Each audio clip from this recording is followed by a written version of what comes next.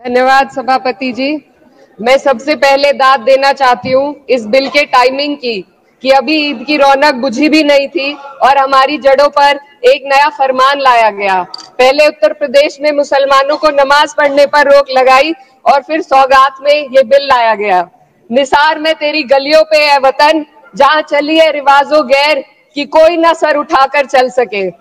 मैं सभापति जी आपको ये बताना चाहती हूँ कि ईद के मौके पर एक विधवा महिला अपनी लड़की के साथ मेरे पास आई और उसने बताया कि वह एक वक्फ की प्रॉपर्टी में रहती है, वही उसके सर पर छत का काम भी करती है और उसकी रोजी रोटी भी वहीं से आती है। वो इस बिल को लेकर इतनी फिक्रमंद थी कि कहीं उससे वो उसकी संपत्ति ना छीन ली जाए। वो अकेली एक ऐसी महिला नहीं है, ऐसे लाखों लोग हैं जो वक्फ की गरीब महिलाएं जो वक्फ की संपत्ति से अपना रोजगार चला रहे हैं।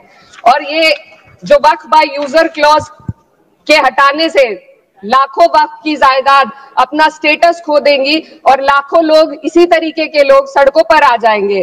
वक्फ क्या है, वक्फ बाय यूजर क्या है? इसका ये मतलब है कि कोई जायदाद अगर सालों से दीन और भलाई के कामों के लिए इस्तेमाल हो रही हो तो वो खुद ब खुद वक्फ मानी जाएगी। हिंदुस्तान की अदालतों ने भी इस बात को तस्लीम किया है। वक्फ बाय यूजर सिर्फ वक्फ बोर्ड को ही मिली कोई खास सौगात नहीं है, ये बल्कि सभी अन्य धार्मिक ट्रस्टों को परंपरा और यूज के आधार पर बिना किसी डॉक्यूमेंटेशन के धार्मिक चरित्र को डिक्लेयर करने का राइट मिला हुआ है। भारत के संविधान के आर्टिकल 13 क्लॉज 3 में कस्टम और यूसेज को कानूनी वैधानिकता प्रदान करता है। इसी आर्टिकल से वक्फ बाय यूजर भी निकला गया है। इस बिल के कानून बनने पर वक्फ बोर्ड तो इस प्रोविजन से हाथ धो बैठेगा, लेकिन अन्य धार्मिक ट्रस्टों को यह सुविधा जारी रहेगी। इससे भारतीय संविधान के आर्टिकल 14 और 15 का सीधा उल्लंघन है, जो धर्म और जाति के आधार पर भेदभाव और कानून के सामने सभी की बराबरी पर जोर देता है। मैं इसके साथ ये भी कहना चाहती हूँ कि सत्ता के लोग जो एक दूसरे की पीठ थपथपा रहे हैं कि वक्फ बाय यूजर का जो अमेंडमेंट इन्होंने दिया उसको एक्सेप्ट कर लिया गया है, लेकिन इनकी शरारत यह है कि उसके साथ ही एक ऐसा प्रोवाइजो इसमें शामिल किया गया जिसके आधार पर यह कहा गया है कि अगर कोई भी वक्फ की संपत्ति विवादित हो तो वो अपना वक्फ स्टेटस खो देगी। तो जो अमेंडमेंट इन्होंने दिया है, जिसको एक्सेप्ट कर लिया गया है, उसका कोई मतलब नहीं है। ये इनकी नीयत है जो साफ जाहिर हो रही है।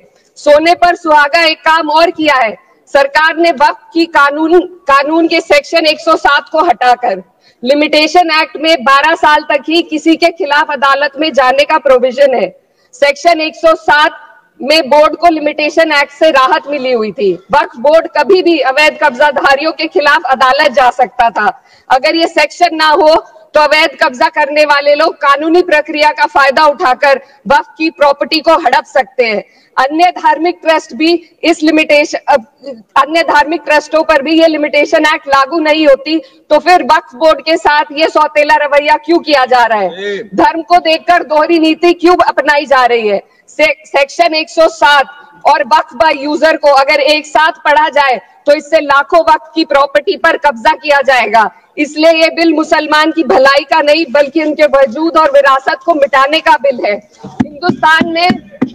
हिंदुस्तान में बहुत सारे धार्मिक ट्रस्ट हैं जिसमें उस खास मजहब के लोग शामिल होते हैं और उसका इंतजाम करते हैं, और ये बात समझ में आने वाली भी है क्योंकि जो व्यक्ति अपने मजहब के रीति रिवाज को जितना अच्छे से समझ सकता है, किसी अन्य मजहब का व्यक्ति नहीं समझ सकता। आर्टिकल 26 क्लॉज 2 के तहत धार्मिक संप्रदायों को अपने मजहबी इदारों के एडमिनिस्ट्रेशन का हक देता है, लेकिन वक्फ बोर्ड के बारे में इसको उल्टा किया जा रहा है। Sir 2 minute sir please 2 minutes. सरकार इसे एक सेक्युलर बॉडी मान रही है और इसमें गैर मुस्लिमों को शामिल करने की बात कह रही है।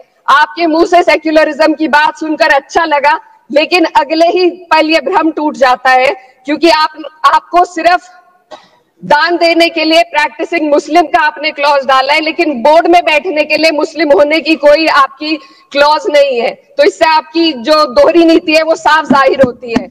ये वही सरकार है जिसने राम जन्मभूमि ट्रस्ट में ये लिख दिया कि जिला अधिकारी भी अगर होगा तो हिंदू होना चाहिए। कोई मुझे बताए कि वहां पर सेक्युलरिज्म का रस क्यों नहीं घोला गया?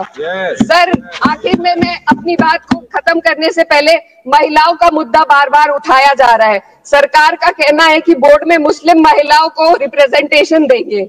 इस कानून से पहले भी मुस्लिम महिलाएं बोर्ड में मेंबर रह चुकी हैं और मिनिमम 2 का प्रोविजन था, उससे ज्यादा भी हो सकती थी।